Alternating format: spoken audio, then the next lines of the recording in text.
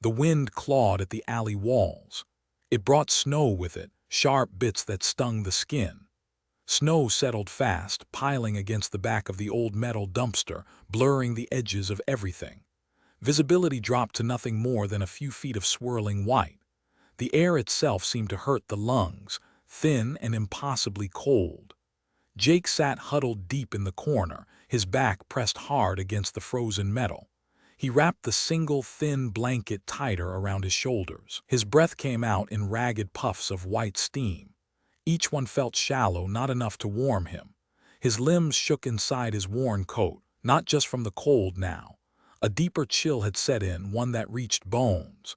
Buddy, his golden retriever, lay curled tight against Jake's side. The dog's fur, thick as it was, seemed to offer little protection against the biting wind. Buddy pressed his big head into Jake's chest, a heavy, warm weight. He shivered too, long tremors that ran through his body. He didn't whine, he just stayed close, a silent anchor in the howling storm. His breathing, like Jake's, was quick and shallow. His eyes, usually bright and full of life, were half closed, watching the blowing snow without interest. They were trapped here. The city outside was gone, buried under a sudden, violent white. There was nowhere left to go. The cold pressed in closer. It stole the feeling from fingers and toes first, then crept up the arms and legs.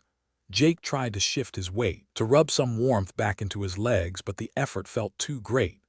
He just sat still, listening to the storm scream around them, feeling the heavy, unmoving presence of his dog beside him. Buddy shifted slightly, nudging Jake's hand with his nose, a soft, damp touch in the freezing air. Jake didn't have the strength to pet him back. He just closed his eyes for a moment, letting the dog's weight be the only real thing in the cold, empty dark. The shaking got worse. The cold seeped in deeper. It felt heavy now, like a weight settling inside his chest. Jake's breath grew shallower, each one a sharp, painful struggle. The shaking in his limbs became a constant tremor he couldn't control. Days without real food, only scraps found in bins, had stolen the last of his strength. His body felt light, distant. The sound of the storm seemed to fade, replaced by a dull ringing in his ears. The world tilted. He tried to push himself up just a little, to see if the snow had stopped, but his arms wouldn't hold him. They felt like lead. His head swam. He slumped forward, away from the dumpster's cold metal, collapsing into the drift that had piled up at their feet. The snow was soft but impossibly cold against his cheek. He couldn't lift his head.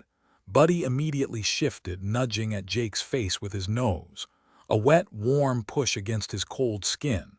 Jake felt it dimly, a pressure that didn't quite register. Buddy whined. A low, anxious sound deep in his chest. He licked Jake's face again, longer this time, his tongue rough against the skin. Still no response. Buddy stood over him, tail low, a picture of confusion and growing panic. He barked once, a sharp, urgent sound that was swallowed by the storm. He nudged Jake again, harder, trying to get him to move. Jake lay still, a dead weight in the snow. His eyes were closed, his face pale beneath the thin coating of snowflakes that were already gathering on his skin. Buddy circled him, whining continuously now, a high-pitched sound of distress. He pawed gently at Jake's shoulder, then nudged his head under Jake's hand, trying to get a reaction. Nothing. Just the sound of the wind and the soft fall of more snow covering the man's still form. Buddy dropped his head to Jake's chest, sniffing, listening. There was a faint, shallow rise and fall, but it was barely there. Buddy stayed by Jake's side for a long time. The snow kept falling, dusting Jake's still form. The wind howled, a mournful sound around the alley walls. Buddy lay down beside him, his large body pressed close, trying to offer warmth. He whined softly, licking Jake's face again and again. He put his paw gently on Jake's chest, then on his arm. He didn't understand why Jake wouldn't move, why he was so cold. Time seemed to stretch out, marked only by the relentless beat of the storm. Buddy watched the flakes fall, then looked back at Jake. He got up, paced a short circle around the collapsed man, then lay down again, his nose resting near Jake's unmoving hand. There was a growing urgency in the dog, an instinct taking over. This stillness was wrong. This cold was wrong. He nudged Jake one last time, a firm push of his head against the side of Jake's face. He licked his cheek, a long, wet swipe. He paused, ears pricked, listening to the wind. Then something seemed to click, a decision made with animal certainty. He got up. He gave one last look at Jake, a quick glance back at the man lying in the snow. His tail was low, his body coiled with purpose. Without another sound, Buddy turned and bolted. He didn't hesitate. He ran out of the alley entrance into the blinding white of the blizzard. His large golden shape disappeared almost instantly into the swirling snow. Behind him, Jake lay still. The snow continued to fall, slowly covering him like a white blanket. The wind howled on, a lonely sound in the now empty alley. The only sign anyone had been there was the slight impression in the snow where Buddy had been lying, and the figure of the man growing colder by the minute under the relentless, unforgiving storm.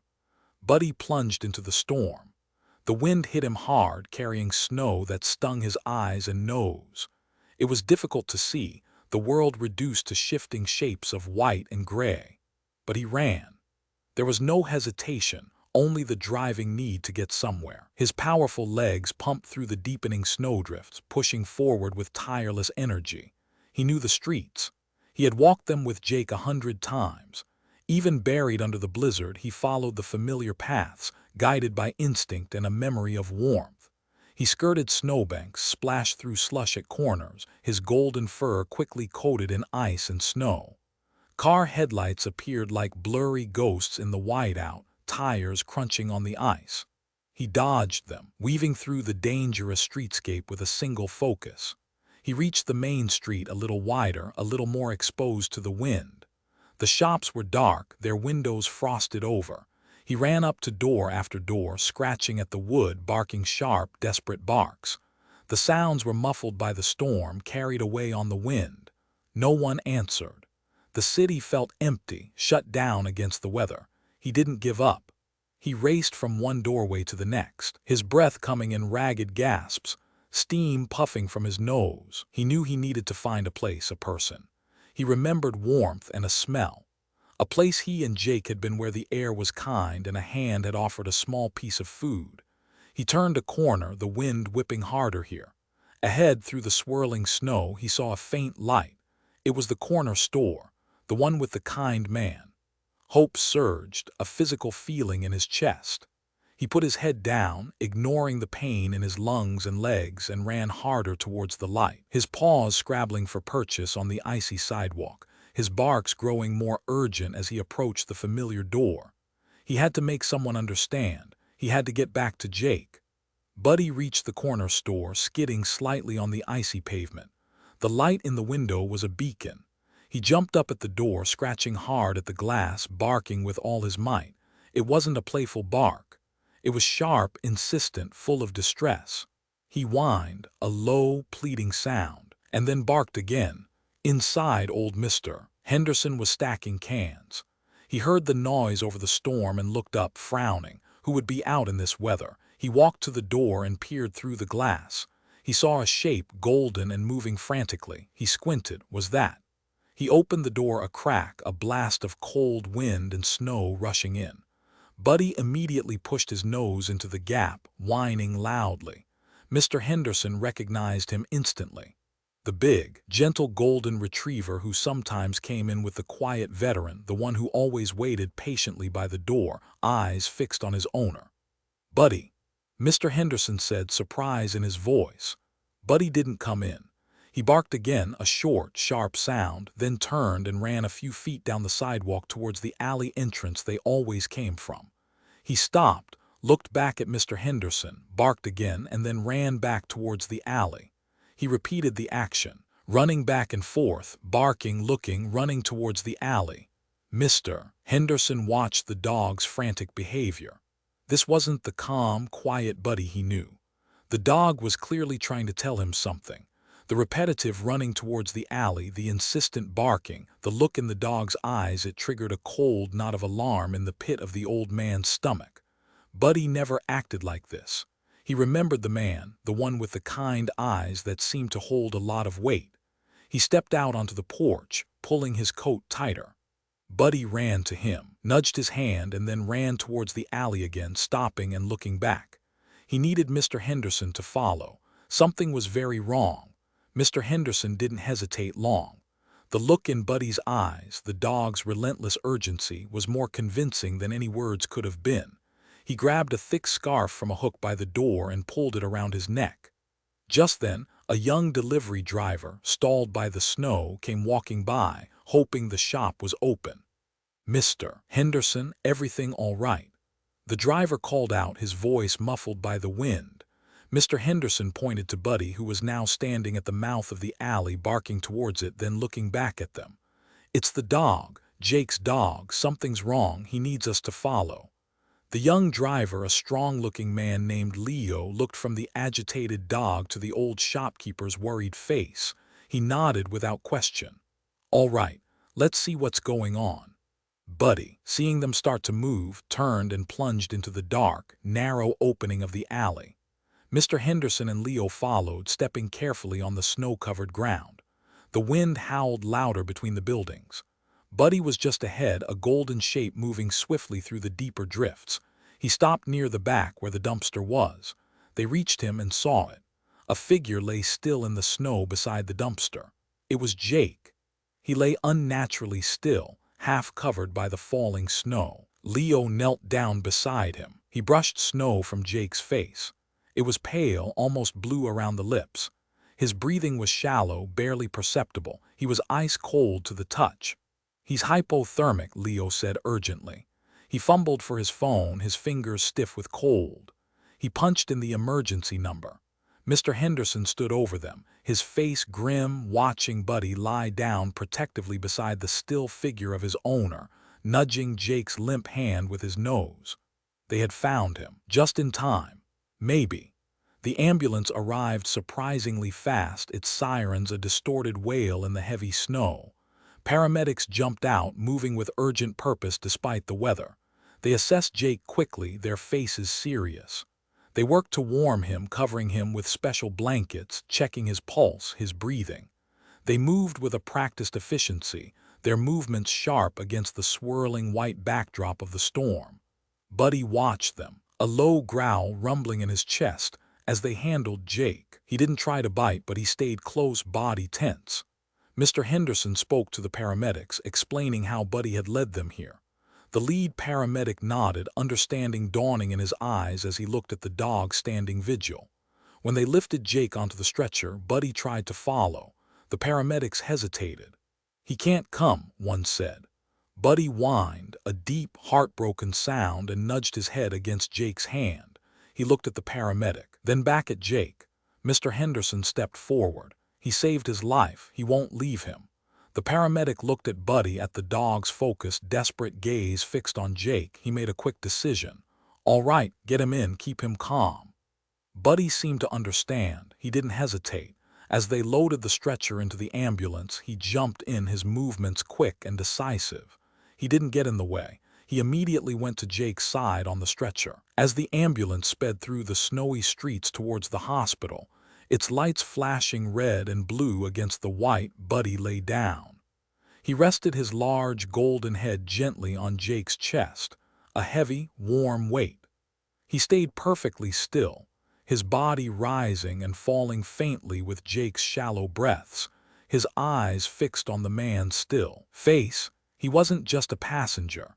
He was a guardian, holding silent watch over the life he had just pulled back from the edge of the storm. The doors of the emergency room slid open with a whoosh of warm, sterile air. Jake was rushed. Inside, the stretcher moving swiftly down bright, echoing corridors. Doctors and nurses converged, a flurry of activity and urgent voices. Severe hypothermia, pulse weak, vitals dropping. Buddy stayed on the stretcher with Jake until they reached a cubicle. When they moved Jake to the hospital bed, Buddy jumped down. Hospital staff tried to shoo him away, but he wouldn't move. He nudged his head under Jake's hand where it lay on the bed, then curled up on the floor at the foot of the bed. The room filled with machines beeping and whirring. Doctors worked over Jake, attaching wires, inserting tubes, their movements rapid and focused. They worked frantically to warm his core temperature, to stabilize the life flickering precariously within him. Buddy watched it all from his spot on the floor. He didn't make a sound. His eyes, intelligent and unwavering, were fixed on Jake's unmoving form in the bed. He was a picture of stillness amidst the controlled chaos. Machines beeped, people moved, but Buddy remained, a silent, golden sentinel. He occasionally lifted his head to look more closely at the tubes and wires, a low whine starting deep in his chest, but then he would rest his head back down, his gaze returning to Jake's face. He was waiting for the man who had collapsed in the snow to open his eyes, to speak his name, to reach out and scratch behind his ears. He seemed to understand that Jake was in trouble and his place was here, close, a silent promise of presence in the sterile, unfamiliar room. The fight for Jake's life was happening all around him, and Buddy was the quiet, unwavering witness at the heart of it. As the urgent phase of stabilizing Jake passed, replaced by a tense period of waiting, the hospital staff started noticing the dog. He was still there, curled up at the foot of the bed, completely still except for the occasional slow blink. Nurses trying to adjust blankets or check on Jake would find Buddy's eyes tracking their movements. If they got too close to Jake, a low rumble, barely audible, would start deep in the dog's chest. It wasn't aggressive, not truly. It was a quiet, firm boundary.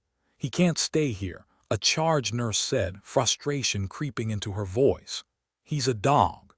Another nurse, a young woman named Sarah, who had been quietly observing Buddy, stepped forward. "He's been like this since they brought him in. He led the people who found the veteran here." She looked at Buddy, who lifted his head slightly at the sound of her voice, then rested it back down, his gaze never leaving Jake.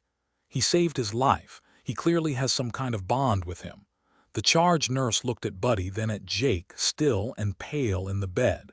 The dog seemed almost part of the medical equipment, a quiet fixture in the room. His loyalty was a visible thing. "Still," the charge nurse began. Sarah gently interrupted. "He's not bothering anyone, he's just being here. Look at him. He hasn't moved except to shift his weight." She walked over to the bed and slowly reached out her hand towards Buddy. He watched her, his tail gave a single, slow thump against the floor. She didn't touch him, just kept her hand out. Buddy stretched his head forward and gently licked her fingers, then returned his focus to Jake. Sarah smiled softly. "He's not going to hurt anyone. He's just waiting for his person." The charge nurse paused, watching the interaction. She saw the quiet connection, the dog's simple, profound presence. She sighed. "All right," she said, her voice softer. "Let him stay for now, but he needs to be quiet and stay out of the way." Buddy, as if understanding, gave another soft thump of his tail against the floor and settled in again, his eyes fixed on Jake. He was allowed to remain, a silent witness to the slow, uncertain fight for a life he had refused to let the storm claim. With Jake stabilized, the medical team faced a new challenge: identifying him. He had no wallet, no phone, no identification papers on him. He was just a man, found unconscious in the snow with a fiercely loyal dog. The hospital needed to know who he was to find family, emergency contacts, medical history. Nurses and staff went through his sparse, wet belongings carefully. The worn coat, the thin, damp blanket, the threadbare pants. Nothing. No driver's license, no credit cards, nothing with a name or address. It was as if he had appeared from nowhere. A nurse was folding the wet coat, preparing to send it away to be cleaned and stored, when she felt something small and metallic in a hidden pocket sewn into the lining. She pulled it out.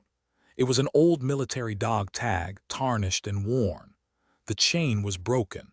She read the name etched onto it: Sullivan Jacob D. Below that, a service number, blood type, and religious preference. It wasn't a current ID, but it was a name: Jacob D. Sullivan. Word spread quickly through the unit. They had a name.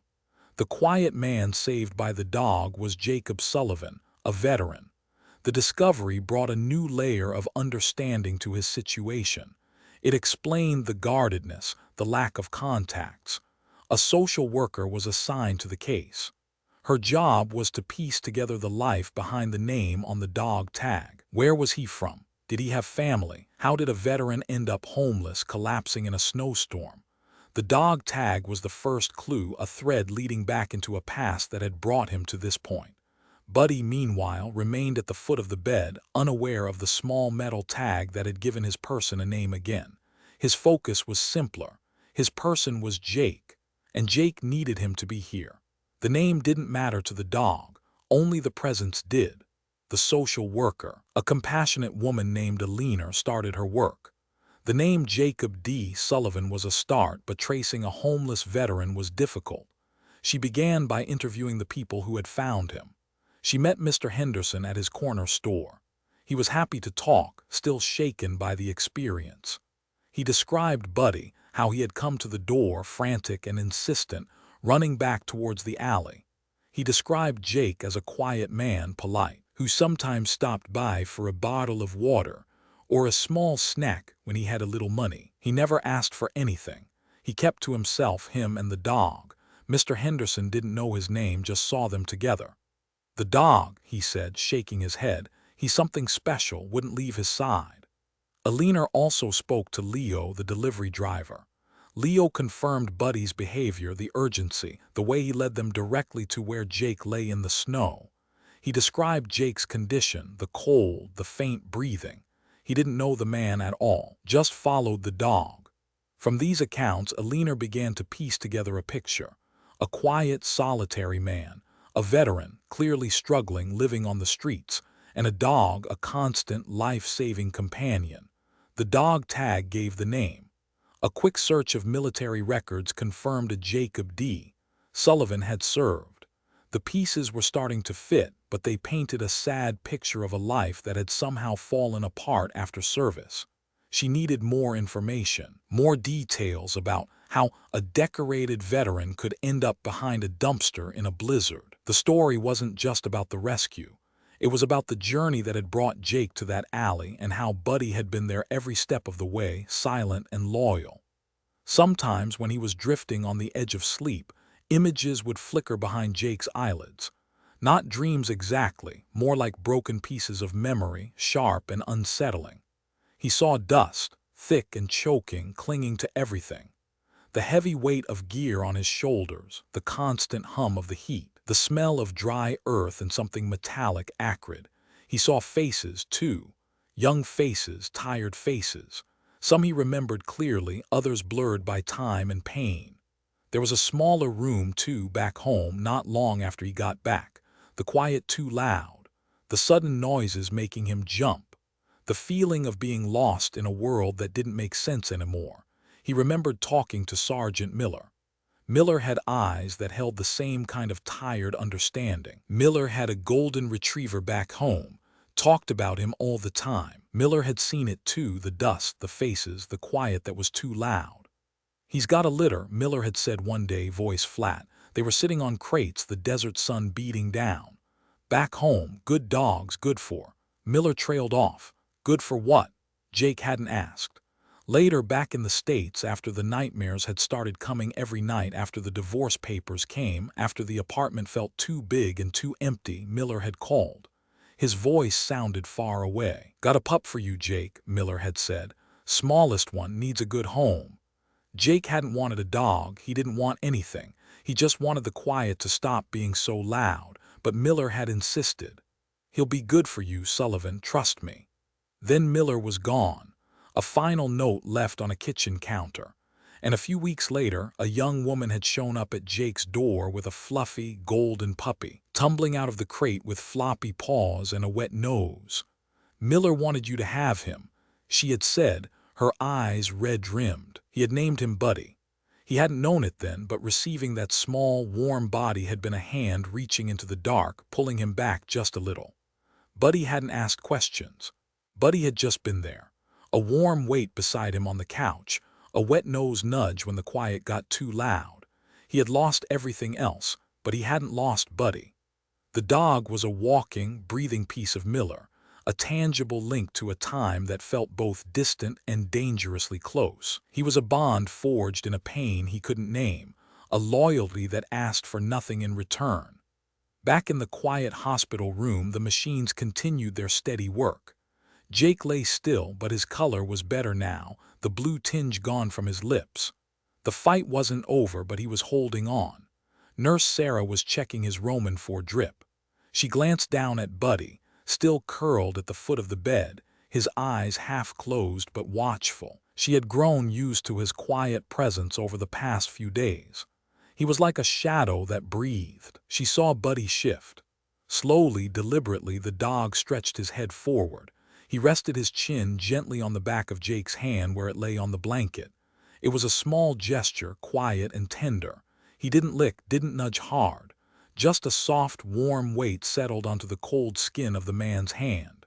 Sarah paused, watching the dog. It wasn't a grand display. It was quiet, intimate. The dog seemed to be offering comfort, or perhaps drawing it, from the simple act of physical connection.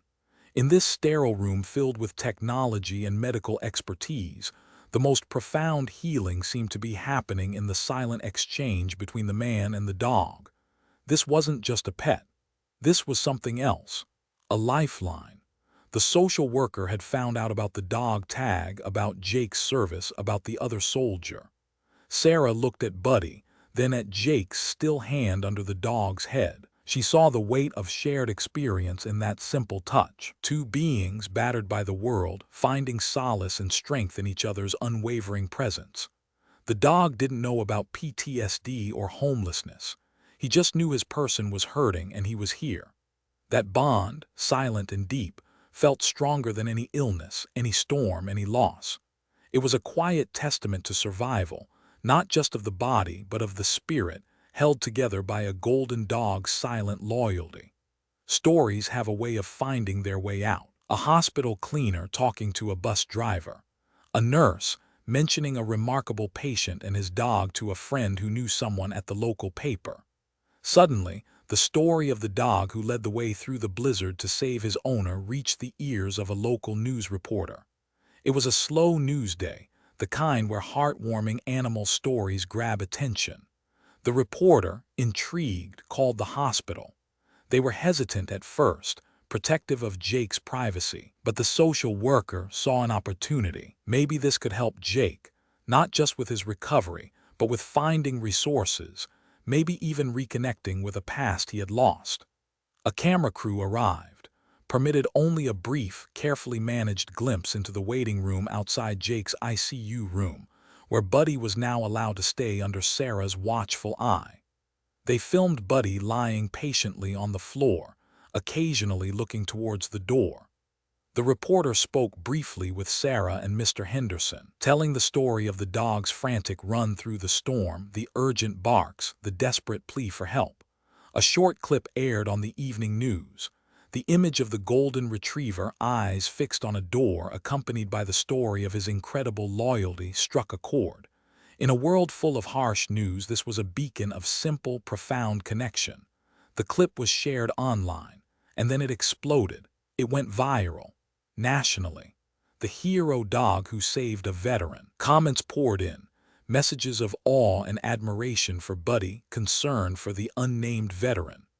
People felt moved by the dog's unwavering devotion, by the image of a lifeline in canine form. The quiet bond forged in shared hardship had become a symbol of hope, capturing hearts nationwide. The attention was growing, drawing eyes towards the quiet hospital room where a man and his dog were fighting their way back, one silent, loyal moment at a time. The viral news story had an unexpected ripple effect. The name, Jacob D. Sullivan, now cautiously released to the public with the hospital's permission after his identity was confirmed, began to circulate within veterans' networks and online communities. The image of the gaunt veteran and his loyal golden retriever resonated deeply with those who understood the invisible wounds of service, the isolation that could follow, and the unique comfort found in the bond with a service animal, or simply a beloved pet who didn't judge or demand. Messages started flooding the hospital's social work department. Veterans groups offered assistance. Individuals shared their own stories of recovery, of finding purpose again. Donations of money, clothing, offers of temporary housing and support services poured in. It was a groundswell of solidarity, a community reaching out to one of their own who had fallen through the cracks. One offer stood out. A message from a retired Army colonel, now living a few states away. He had seen the news clip, heard the name. Jacob D. Sullivan. The name sparked a memory. He reached out to Alina, the social worker, explaining he thought he might know this soldier. They had served in the same unit years ago. The colonel, a distinguished older man with a quiet, steady demeanor, flew in and came to the hospital. Alina brought him to Jake's room. Jake was still mostly unresponsive, but his condition was stable. Buddy was there, as always, curled at the foot of the bed. The colonel looked at the man in the bed, older now, thinner, lines of hardship etched onto his face, but he recognized the structure of his features, the set of his jaw even in sleep. He looked at the dog, the loyal golden coat, the quiet presence. He remembered Jake, a good soldier, quiet and dependable. He remembered Miller, too, the one who had talked about his dogs. "Jake," the colonel said softly, stepping closer to the bed. His voice was low, respectful. Buddy lifted his head, watching the newcomer, but didn't growl. He seemed to sense the quiet authority and kindness in the man's voice. "Sullivan, it's Colonel Edwards." He looked at Buddy. "And I see you still have Miller's dog." It wasn't a question. It was a statement of recognition, a link connecting the past to the present, acknowledging the weight of the bond before him. Days turned into a week. Jake's condition slowly improved. The machines were gradually removed, replaced by simpler monitoring. The fight for his life shifted to the slow, steady work of recovery.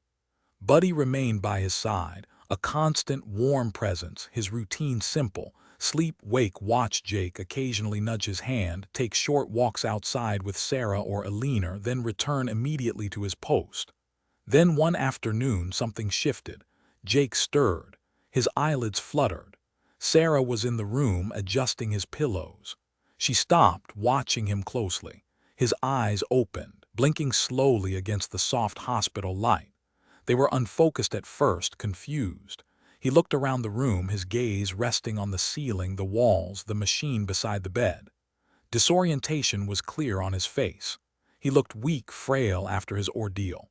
His gaze drifted downwards. It landed on the foot of the bed, on a mass of golden fur. Buddy's head immediately lifted, his tail giving a slow, hopeful thump on the floor. Jake's eyes, still hazy, seemed to focus. Recognition flickered in them.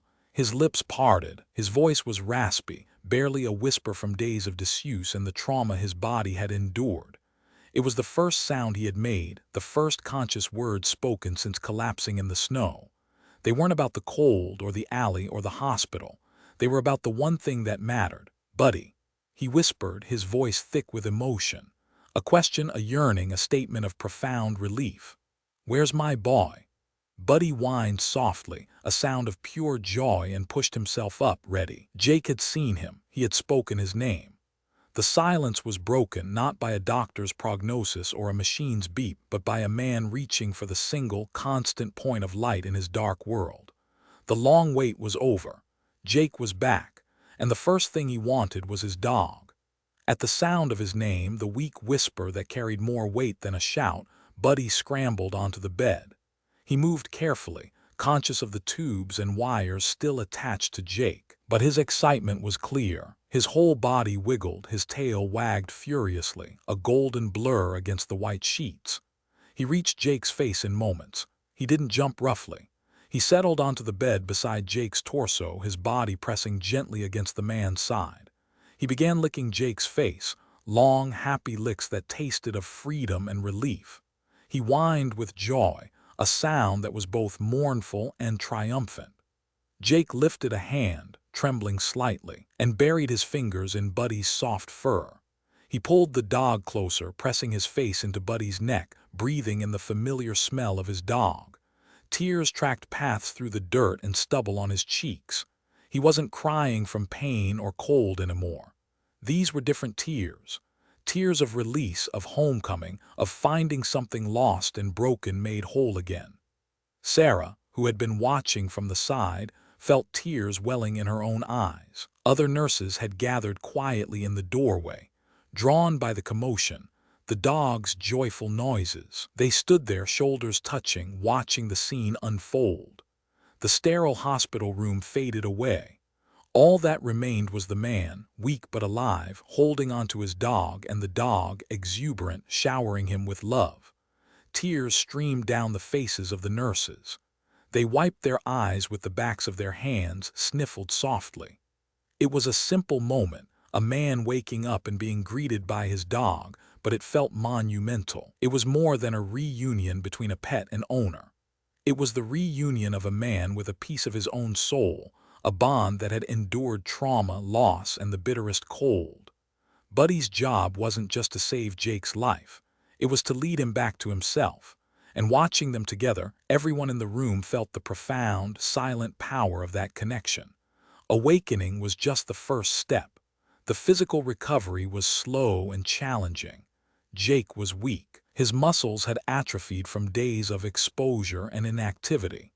He needed to relearn how to walk properly, build back his strength. Physical therapists came to his room. They helped him sit up, stand, take hesitant steps. Buddy was there for every session. He lay on the floor nearby, watching. When Jake struggled, stumbling or looking discouraged, Buddy would get up, walk over, and nudge Jake's hand with his nose or rest his head on Jake's knee. His quiet presence was a steady encouragement. Jake found strength in the dog's unwavering belief. He pushed through the discomfort, the fatigue, because Buddy was watching, waiting for him to get stronger, to be able to walk outside together again. The dog was both his motivation and his reward. Meanwhile, Alina, the social worker, worked tirelessly. The response from the veteran community had opened doors. Temporary housing was arranged in a facility specifically for veterans. Resources for counseling, job training, and financial assistance were made available. The retired Colonel Edwards stayed in town for a few days, visiting Jake, talking about the old days, filling in some of the blanks about Jake's past for Alina, but mostly just being a quiet, understanding presence. He spoke to Jake about support networks, about places where veterans helped veterans. Buddy wasn't just allowed to visit. He was part of the plan. The housing facility welcomed service animals and recognized the importance of emotional support dogs. He was integral to Jake's recovery, medically and emotionally. The road ahead was long. There were physical scars from the cold and deeper, invisible scars from the years on the streets, the trauma that had led him there. But Jake wasn't alone anymore. He had a name, a community reaching out, and a dog who had literally gone through hell and back to save him. He had a chance. A real chance this time. And every step he took, every exercise he completed, Buddy was right there, walking beside him, a silent, furry shadow of hope and persistence. Weeks later, Jake stood at a podium. He looked different. Clean-shaven, his hair neatly cut. He wore a borrowed suit that fit him well. He was still thin, but the gauntness was gone, replaced by a quiet strength. He stood tall, shoulders back, like the soldier he once was.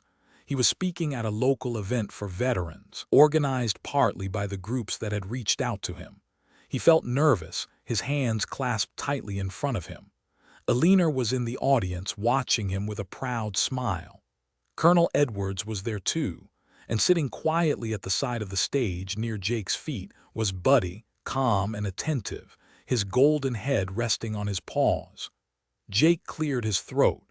His voice was steady now, stronger than that first whisper in the hospital room. He didn't talk about the cold in a dramatic way. He didn't use fancy words for his feelings. He just told his story simply, plainly. He talked about losing his way after coming home, the quiet getting too loud, the world shrinking until it was just him and the streets. He talked about the blizzard, the cold seeping in the moment he collapsed. Then he talked about Buddy. He looked down at the dog. Buddy's tail gave a soft thump on the stage floor. I thought that was it," Jake said, his voice catching slightly. "I had nothing left. No strength. No fight." He paused, but Buddy did. He told them how Buddy had left him, how the dog had run through the storm to find help. He didn't embellish, he just stated the facts. Buddy went. Buddy found them. Buddy came back. He didn't just save my life that night, Jake said, looking out at the faces in the audience. He gave it back to me. He gestured towards the dog. When you lose everything, when you feel like you're nothing, you still have them. His voice grew stronger, filled with a quiet conviction. He didn't see a homeless veteran. He just saw his person, and he didn't give up on me. He finished speaking, and the room erupted in applause. It wasn't just for the hero dog story. It was for the man who had come back, who stood there, a testament to resilience and the transformative power of a bond that demanded nothing and gave everything. Jake bent down, his hands going automatically to Buddy's fur. Buddy stood up, wagging his tail slowly, leaning into Jake's touch. They stood there for a moment, man and dog, together on the stage, a living picture of a second chance earned through silent loyalty and unexpected courage. The kindness of strangers, moved by the story of the veteran and his dog, continued. The temporary housing led to a more permanent solution.